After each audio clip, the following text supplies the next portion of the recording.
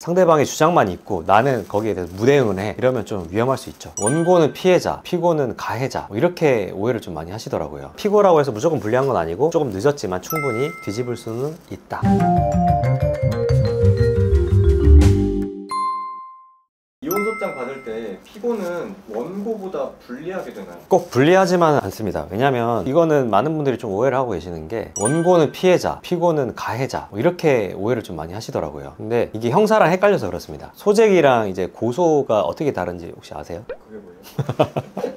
구분 못하는 분이 90%거든요. 서로 이혼 소송을 소를 제기하는 거랑 형사에서 이제 경찰에다 고소를 하는 거랑 아예 다른 거죠. 형사 고소하는 거는 이 사람을 처벌해 주세요, 이 사람이 날 때렸어, 잘못했어, 이렇게 해서 처벌해 달라고 하는 게 고소를 한다는 거고, 소를 제기한다는 거는 법원에다가 이혼하겠습니다, 이혼시켜 주세요 라고 하는 게 소를 제기하는 거죠. 이게 완전히 다른 개념이에요. 먼저 이혼시켜 주세요 라고 했다고 해서 그 사람이 피해자는 아닌 거잖아요. 그래서 소장을 먼저 받았다고 해서 내가 피고라고 해서 무조건 내가 가해자고 내가 불리하고 이런 거는 없습니다. 그리고 특히나 이혼소송 같은 경우에는 반소제기라는 게 있거든요. 예를 들어서 상대방이 나를 지칭하면서 이 사람이 잘못했으니까 이혼 시켜주세요 라고 하는 경우에, 내 입장에서는 내가 잘못한 게 아니라 오히려 상대방이 잘못한 거예요 라고 하면서 반대로 또 소를 제기할 수 있다는 거예요. 그래서 이혼소송 같은 경우에는 많은 경우에 상대방의 소장을 제시한 거에 대해서 원래는 답변서를 내야 되는데 답변서를 생략하고 반소를 제기하는 그런 방법도 있습니다. 실제로도 반소제기를 많이 하죠. 제가 오늘 같은 경우에도 스튜디오 오기 전에도 반소장 작성하다가 왔거든요. 그것도 소장 받은 건데 저희가 이제 답변서 제시하기보다는 반소장을 써가지고 변하는 경우도 있습니다. 그럼 이혼소장을 딱 받으면은 그렇게 반소장을 바로 해야 되는데, 네. 변호사가 없는 상태에서는 대처하기가 어려울 것 같아요. 그렇죠. 그럴 때는 보통 어떻게 해야 되나요?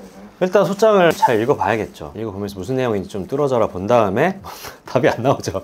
변호사 상담 받으러 가야 됩니다. 이렇게 소장을 받았을 때 당황스럽잖아요. 네. 당황스러운데 이 결정을 빠르게 하는 게 맞는 걸까요? 보통 이제 이혼소장 받으면 그 안내서가 같이 오거든요. 거기 보면 30일 이내에 답변을 하라고 나옵니다. 보면은 소장을 송달받은 날로부터 30일 이내에 답변서를 제출하라 라고 나오는데, 그러면 이때까지 꼭 이혼 여부를 결정해야 될까? 그건 아닙니다. 일단 답변을 하면서 이혼 원하지 않는다고 일단 답변해놔야겠죠. 이렇게 답변하고 나서 이혼소송이 한두 달 내에 안 끝나잖아요. 오래 걸리니까 그 내에 좀 더 생각을 하면서 실제로 이혼을 할지 말지 그때 결정을 하시면 됩니다. 그리고 소장 송달받은 지 30일 이내에 제출하라고 하는데, 이거 제출 못하면 그럼 패소하나요? 이것도 많이 물어보시더라고요. 근데 그거는 아니에요. 30일 이내에 답변서를 제출 안 하면 한 달 뒤로 판결 선고기일이 잡힙니다. 무별로 뭐 선고기일이 잡히는데, 이때까지도 아무것도 안 내면 그러면 패소할 수 있어요. 그런데 그 전에 답변서라도 형식적으로라도 내면은 그 선고기일이 취소가 됩니다. 그리고 다시 변론이 제기가 돼요. 그렇기 때문에 괜찮다. 그런데 최대한 빨리 할 필요는 있죠. 조심할 필요는 있죠. 왜냐면 한 달 내에 30일 이내에 소장 송달 받은 날부터 30일 이내에 답변서 제출 안 해서 선고기일 잡혔는데 그때까지도 아무것도 안 한다. 그러면 질 수도 있기 때문에 그 안에 빨리 변호사 상담도 받아보고, 이게 한 달, 두 달 이렇게 금방 가거든요, 생각보다. 그래서 최대한 빠르게 대응을 잘 하실 필요가 있죠.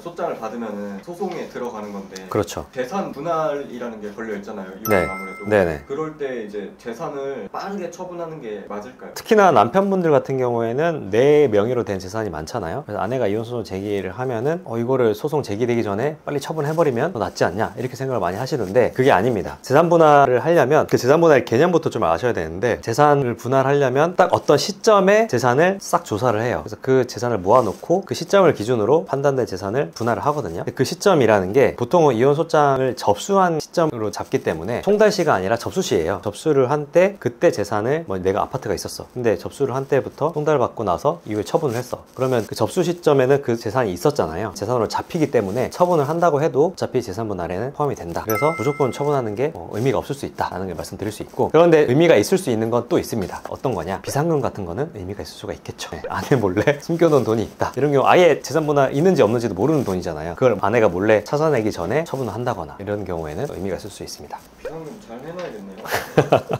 이혼이 어쨌든 감정적인 싸움이다 보니까 네. 약간 말도 안 되는 그런 사례들이 많더라고요. 네. 그런 거는 어디까지 이제 반박을 해야 될까요? 저도 이혼소송을 많이 하다 보면 이게 정말 결혼한 기간이 10년, 20년 이렇게 되다 보면 그 10년 동안 모든 걸 다 녹음하고 기록하고 막 이랬던 사람이 없잖아요. 그런 사람이 있으면 거의 뭐 사이코패스 가까운 사람인데, 그런 게 없기 때문에 이혼소송에는 증거가 없는 경우가 굉장히 많습니다. 그래서 진짜 상대방이 얼토당토하는 그런 말도 안 되는, 자기한테 유리하게 증거도 없이 하는 주장들이 굉장히 많이 있는 있는 경우를 많이 봤고, 그런 경우에 좀 많이 황당해 하세요. 그런 거 어디까지 내가 어떻게 반박을 해야 되냐. 그런데 그런 것들을 내가 전혀 근거도 없고 아무것도 아닌 내용이다 해서 그냥 무시하면 오히려 저한테 불리할 수 있습니다. 그래서 그런 것들 말도 안 되는 주장이라 하더라도 반박을 잘 할 필요가 있고, 그래서 변호인이 그래서 필요한 이유가 이런 것들을 논리적으로 조목조목 반박하기 위해서는 일반인은 사실 힘들거든요. 이게 나는 그런 적이 없어, 그런 적이 없습니다, 한 줄 딱 해서 내면은 그걸 받아줄까요? 안 되겠죠. 어떻게 해서든 간접 증거라도, 직접 증거가 없으면 간접 증거라도 내면서 이거를 법률가의 도움을 받아서 적절한 언어로 표현을 해서 이거를 반박을 해야지 다 반박을 할 수 있고, 정말 말도 안 되는 거라 하더라도 제 생각에는 반박을 하는 게 맞다고 봅니다. 아닌 건 아니라고 해줘야지 상대방의 주장만 있고 나는 거기에 대해서 무대응을 해, 이러면 좀 위험할 수 있죠. 그럼 피고도 승소할 수 있을까요? 네, 그렇죠. 가능하죠. 상대방이 먼저 소를 제기해서 내가 소송을 당한 입장이라 하더라도 무조건 내가 불리한 건 아니라고 처음에 말씀드렸죠.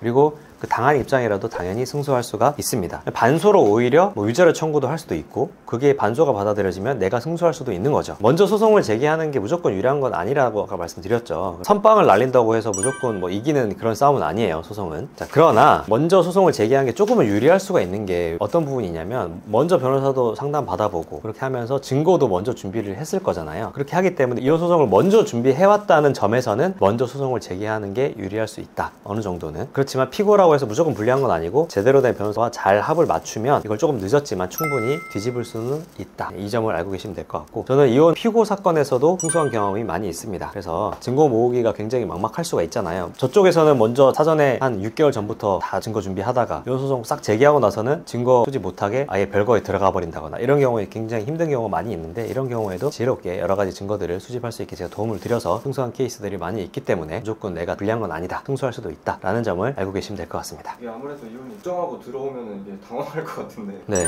확실히 준비하는 게 중요한 것 같네요. 네, 피디님도 말씀하신 것처럼 정말 감정적인 부분이 한 7할 이상입니다. 그렇기 때문에 이걸 내가 혼자 대응한다? 이건 매우 힘들 수가 있죠. 그냥 이혼 소장 읽는 것 자체가 정신적으로 엄청나게 스트레스가 될 수 있어요. 없는 말을 막 드러내고 하면 내가 감정 컨트롤이 안 될 거잖아요. 그래서 전문가가 필요한 게 그런 감정적인 것도 잡아줄 사람이 필요하고, 감정적으로 상대방을 주장한다고 해서 이걸 감정적으로 대응한다고 해서 또 좋은 게 아니거든요. 이걸 아주 차분한 이성으로 어떤 점이 논리적인 모순이 있는지 이런 것들을 제대로 짚어서 제대로 된 공격을 해줄 필요가 있기 때문에, 그래서 변호인의 도움이 꼭 필요하다라는 점을 알고 계시면 될 것 같습니다. 오늘 영상이 도움이 되셨다면 구독과 좋아요 부탁드립니다.